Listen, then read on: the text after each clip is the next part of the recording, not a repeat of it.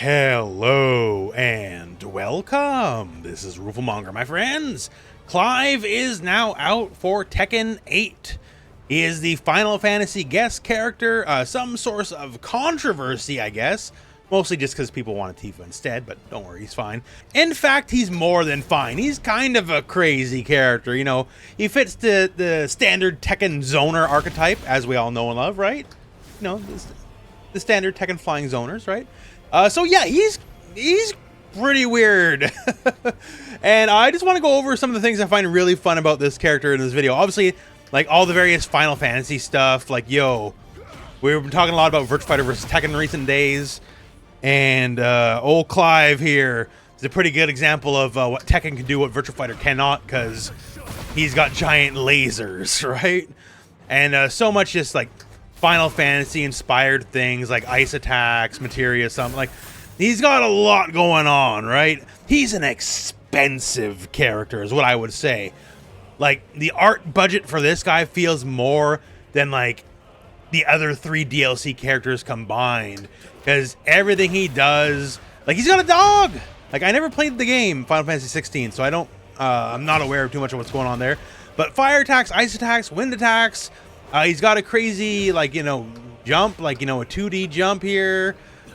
And he has, like, a lot of moves from that jump as well. Like, he is wild. Also a character I can tell they're having a lot of fun with, because, like, they have, like, you know, Final Fantasy references in the stage and all that. It reminds me of, like, that Attack on Titan stage in Dead or Alive 5. And for, like, you know, the character-specific call-outs, they have a lot of unique stuff like this, which is really fun.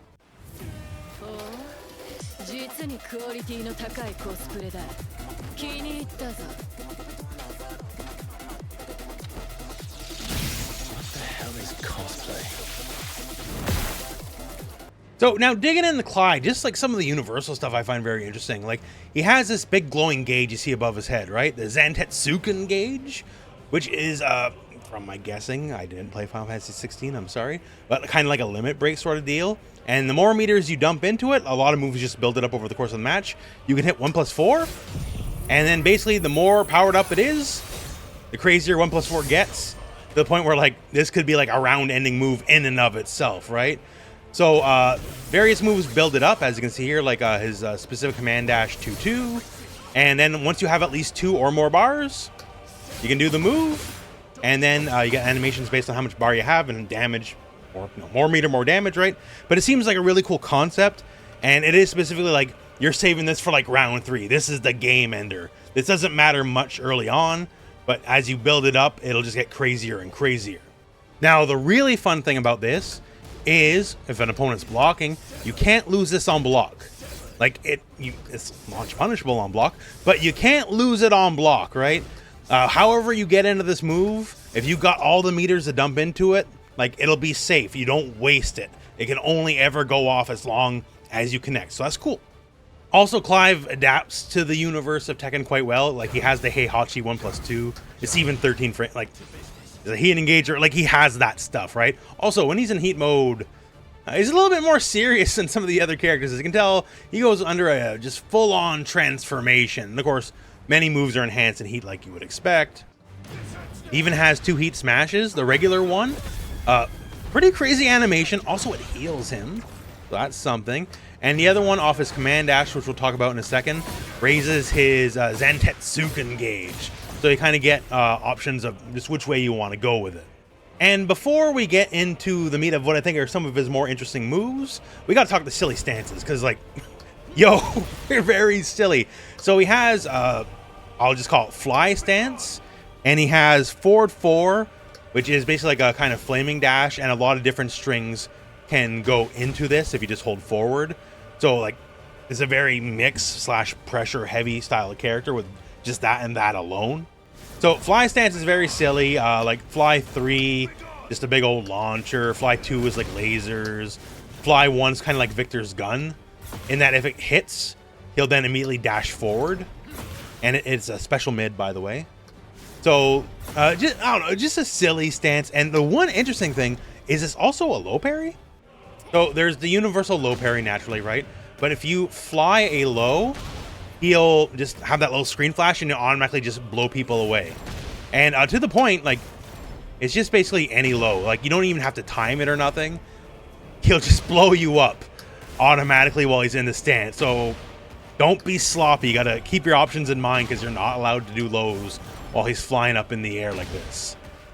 The big unique thing though is Command Dash, the Phoenix Shift. And there's a lot of options from this here. And it basically covers all the bases of mix. Like, it's just a mix engine in and of itself. So you do it, and there's lots of ways to be like, you know, advantage on doing it. Like, you can say force someone to block back 2, which is a pretty decent move as it is, because there's a lot of pushback. It's -4. But even on block, you shift into stance, you're immediately +6, right? So you can enforce some of the mix from here. So when you do this, you have stand to dash 2, and this is 15 frames. So at bare minimum, if you're doing like I said here, and even on block, canceling into this, that'll beat whatever button, right? So this guy here has multiple follow-ups. So the base hit is quick mid. You can do 2-2, which builds up that Zentetsuken gauge, or you can do dash 2-1, and that's just a big F off attack here. Also, if using it in combos, this will also cause a tornado flip state. So just good stuff there, and the fun times keep rolling. Dash 1, big old F off hit, also is a power crush. It is armored. So if you think people are gonna press on you while you're doing like whatever in the dash, this is tailor-made to blow that up real fast. The only negative I could give it is it's not like a power crush heat engager, because those are always crazy. We have dash 4, just a nice quick little low. He low profiles while doing it, so highs will go over his head. Just a good little low, keep people honest. And if it hits as a counter hit, if they're pressing buttons, slip stun state here, and +13. So at bare minimum, 1+2, heat engager, go from there. Natural combo, right? So pressure, pressure, pressure. And that's not the only low we got either. We got another one here. So dash 3 is another quick low, and this has 2 follow-ups. This is your hell sweep. So 3-2 is a big old spike here, and it has insane carry. So the dog comes in and just sends them flying, and as you see here, like, it moves them across a giant part of the stage, and it does wall splat. They'll slump them up against the wall. Then we have the Phoenix Dasher 3 1+2, and this is not as damaging, but it does significantly raise the Zentetsuken bar. So if you're looking to build that gauge and, you know, get your cool thing in, that's another way to do it. So one's raw damage and corner carry, and the other one builds the gauge. So already, quick low, low profile, counter hit combo, fast mid, build gauge or get knocked down, also tornado and combos. We have an armor thing here. We got a hell sweep here. There's a lot to love, and there's more. 1+2. We go into crazy spin town. So this guy here is safe on block. It's another heat engager. The animation itself is crazy as well. It's another wall splat option. So if you want like the big boy combos, that's another way to go. And then this is the slowest one stance here, 3+4. But man, oh man. Okay, so almost 30 frames, but hits on the wall, sure. Full circle tracking. It's a mid, and also it is stupid advantage on block. Like, look at this. This is +7 in their face. So plus on block, full circle tracking, mid, like it's basically unavoidable.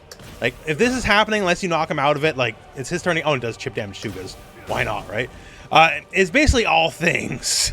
The only thing knocking it is a slow. Like you're relying on them. You made them pass enough with like the quicker attacks out of this to make them just sit and wait their turn. And then you can bust out this bad boy and steal another turn back. So I like this stance. Once again, there's lots of quick and dirty ways to go into this throughout the whole move set. So that makes it really cool. This is like a big part of the pressure engine as far as I'm reading it. All right, now let's just talk some of the general move set I find interesting. Also go back to 1+2, the palm. So I forgot to mention that this heals him. Like, it's very silly. He's actually got a lot of self-healing. That's definitely like a character trait. So if that's your bag, he's a pretty good character for it, because that might be a thing.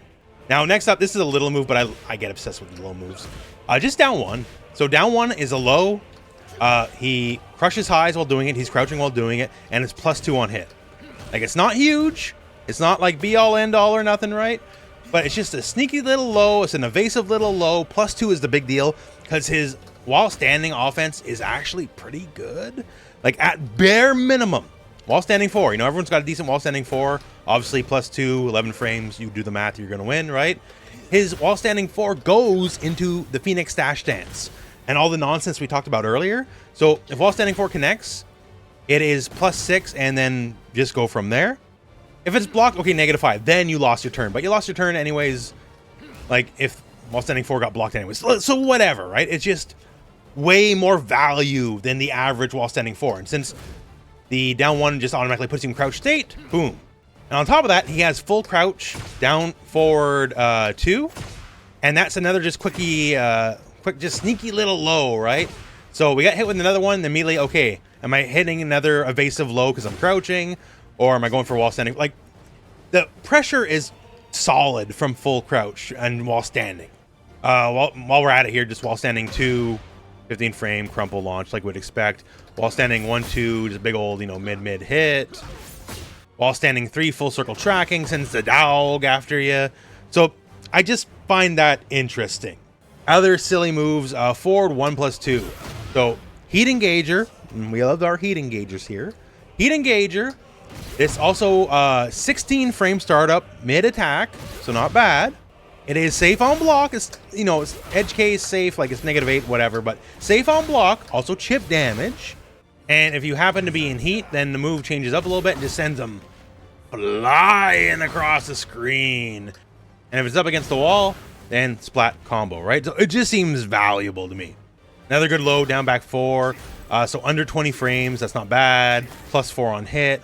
Also, if we get a counter hit, then it sasses up pretty heavily because then we get tailspin or tornado on hit and then full combo. So like, seems valuable enough to me. He has a run 2 like most characters you would expect. You know, big old hit, knocks down, plus on block, and specifically it's +2, so it's not huge, right? But it goes into Phoenix dash dance as we talked about. And run 2 into Phoenix dash dance on block is +14. So even the slower attacks become like pretty jaily, right? Like you can't really press against them. So once again, a lot comes back to this dash because it's really silly. So sidestep 1+2 also seems pretty interesting. So +2, but you know, you're right beside him. This is also back 1+2. So I'm assuming this is part of the moveset in Final Fantasy 16 because there's a theme here. That's the power crush, by the way. But yeah, so this move here, sidestep 1+2 plus on block, and just launches on hit, because why not? Also, when it comes to basic combo structure, things seem pretty easy. Like sidestep 1+2 is a launcher. He has the usual down forward 2. He doesn't do the little Tekken uppercut because, you know, he's a sword guy, right? But the launchers seem mostly universal, so you can get something like this off here.